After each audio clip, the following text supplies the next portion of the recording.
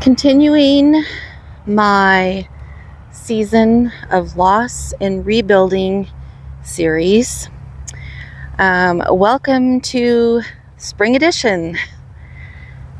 Spring is in full swing at my park that I've come to for the last 2 seasons, and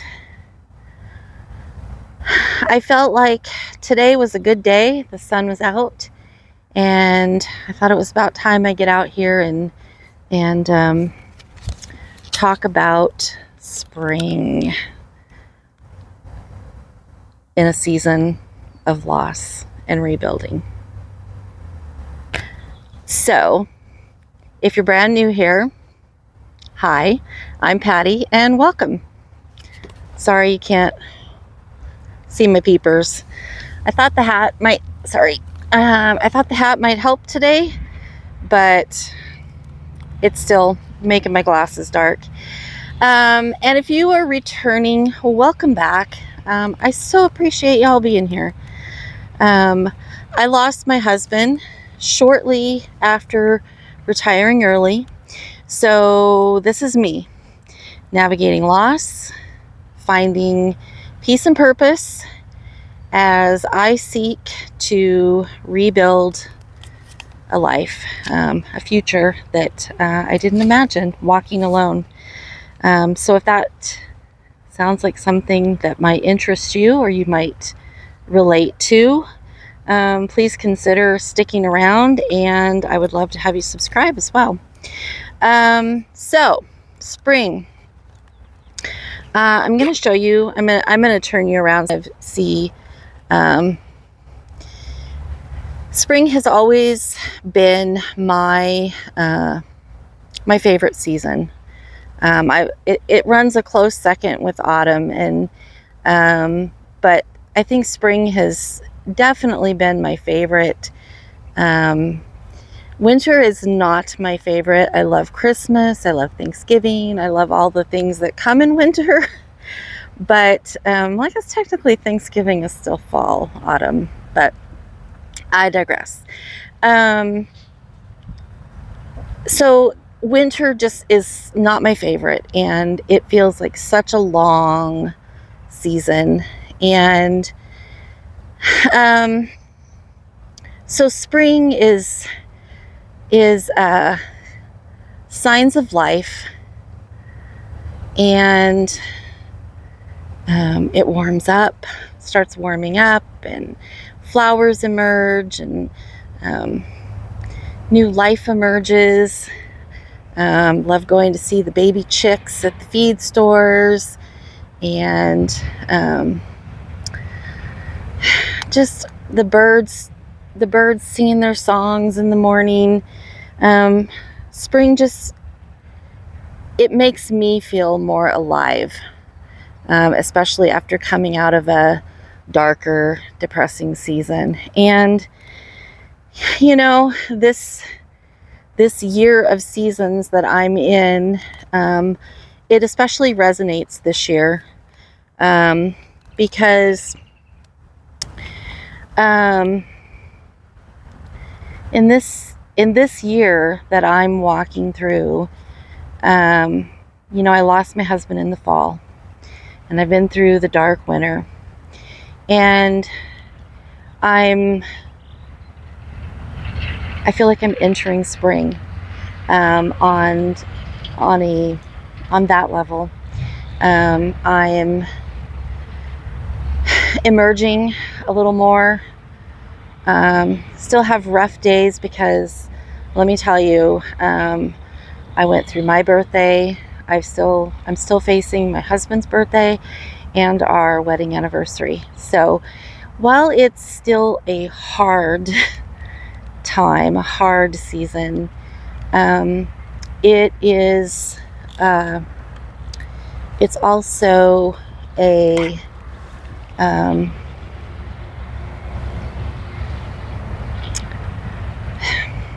moving forward. I'm finding I'm getting out more again. It's really hard for me to get out when it's cold, dark, and dreary. but I'm getting out more. I'm tackling some of my projects. I'm refocusing on, getting things on my calendar, trying to follow through with them. Just trying to engage into life, trying to take steps forward and do things that are healthy for me. Trying to envision this next chapter of my life. And one of the things I'm doing on that note is I am planting seeds, both literally and figuratively. I am trying my hand at gardening this year. I've always been able to grow houseplants and a few things, but I'm trying a little more this year. I've got a little, I will probably share it in an upcoming video, but I've got a little salad garden going where I'm growing some lettuces and spinach and nasturtiums and things, and some food and some flowers, just kind of engaging in that life cycle, and testing out a new creative outlet. So learning new things, so exercising my brain, and again, it takes me outside, gets me doing things. I've got a couple of projects I'm going to do with my granddaughters. Trying our hand at growing some things. And so at the same time, again, as I plant those seeds and nurture those young plants, I'm planting seeds of my own. I'm planting seeds of possibilities for my future. I'm, the things that I know I want to see myself healthy in the years to come. And so I'm planting seeds of a healthy lifestyle and tending those, making healthy choices, drinking water, getting exercise. I'm even starting to work on building a little muscle again. So I'm hopeful.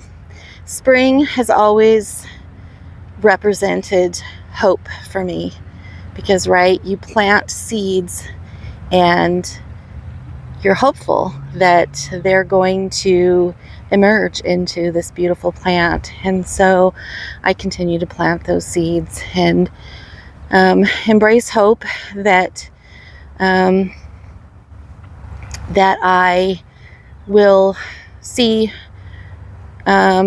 fruits of my hard work. Because let me tell you, if you're walking through a season of loss and grief, you know this, right? You know that it's hard.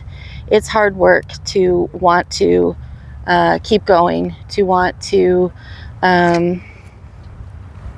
drag yourself out and engage yourself in, because your world has just been shattered.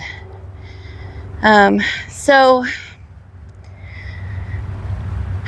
that's kind of where I'm at with spring. And as I was out here walking, I did notice there's one tree that I pointed to in one of my, I think it was my fall video or maybe my winter video, but this tree here, I'm noticing that it did not survive. I can't think what they're called. What are the guys that do trees? An arborist.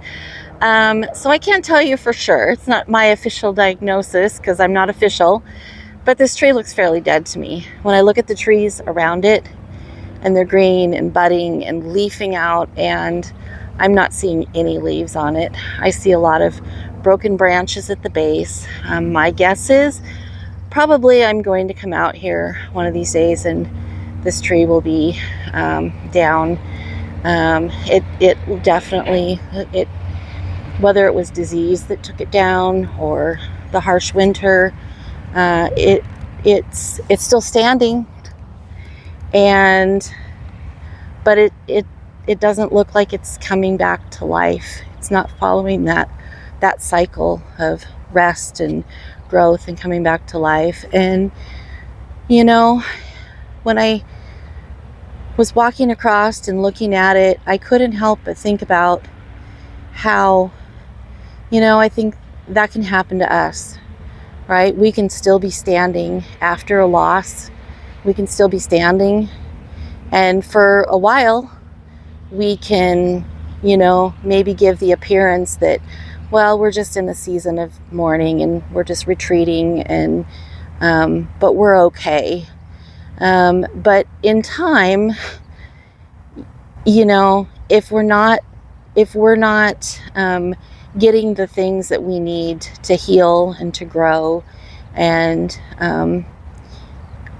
in time it's going to show that we're just basically, we're still upright, but we're dead. We're a shell of what we once were. And there's a temptation to that sometimes when the grief feels that heavy, to just not care that we're getting the things we need to help us to grow. There definitely is a temptation some days. Not that we necessarily want to die. I think in talking to other widows and other grieving family members, it's more of a just, I don't want to be in a world that he's not.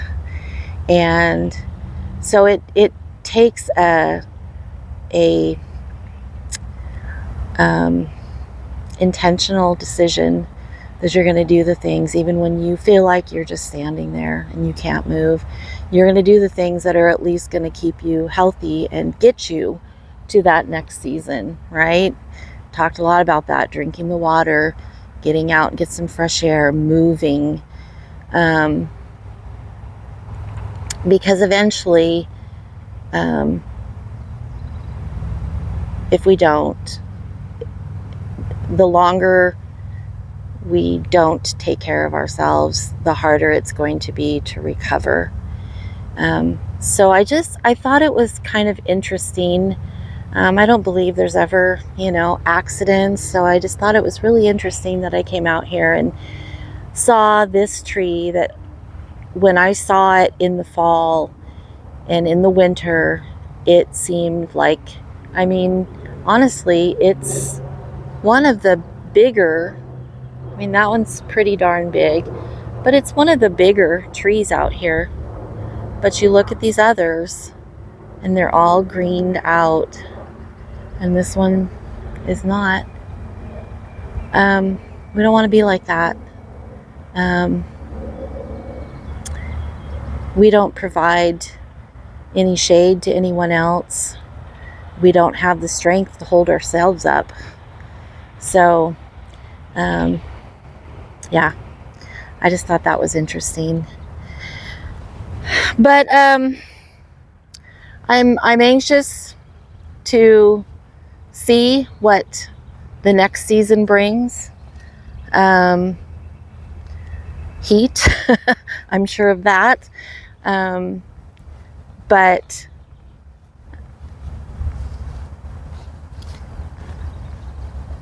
I'm so grateful that you're here, to have you along for this journey.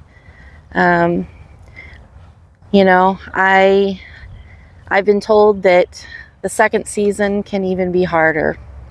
But I'm going to take one season at a time. When I say season, I mean year of seasons, second year. But I'm taking one season at a time. 1 month at a time, 1 week at a time, 1 day at a time. Sometimes it's 1 hour or one next step at a time. But it's still forward motion and eyes on the future. And I'm going to be talking more about that, because putting our eyes on the future doesn't mean that we are slamming the door or ignoring the past, right? The past has shaped who we are. The past is where our the one we love is forever there, right? They don't get to be in our today and in our tomorrows in the sense that we want them to be, but we can take them forward with us. So don't be afraid to look forward. Don't be afraid to imagine what could be, what your life could look like without that person, because there's ways to bring them along with you. And I'm still walking through it, guys, so I don't have all the answers. I'm just sharing as I go. But I am, like I said, I'm so grateful that you're here walking this journey with me. And I would be curious to know what season, whether literally or figuratively, what season of loss you're in. Are you in the autumn when, everything changed? Are you in the winter, the really, really hard parts? Are you in the spring where you're starting to see hope? Are you in the summer, when grief is not front and center stage in your life anymore? It's still there, because it's going to be something we carry with us. I've lost my parents, I've lost my in-laws, grandparents. You always carry some of that grief with you forever, because, right, you left them, and so you feel it. But I would love to know what season you're in, and how. Okay, I just found the really buggy section. So there's water on the other side of this, and this particular section, as you can see, is very shaded and very overgrown, I guess. And so it's kind of it's still got green murky stuff, so I think that's why it's so buggy through here. I'm gonna walk down here a little further, because there was a mallard sitting down here in the water. But I would love to know how you are taking steps forward, how you are finding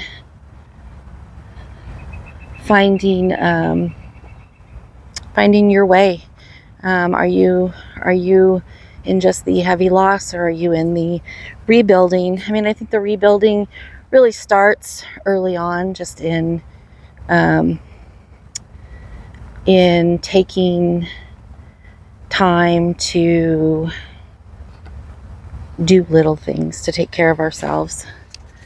But I will be down in the comments, down there where my finger is. Can't see it. And I would love for you to join me there. And beyond that, I will see you in the next video. I'm going to turn this around real quick.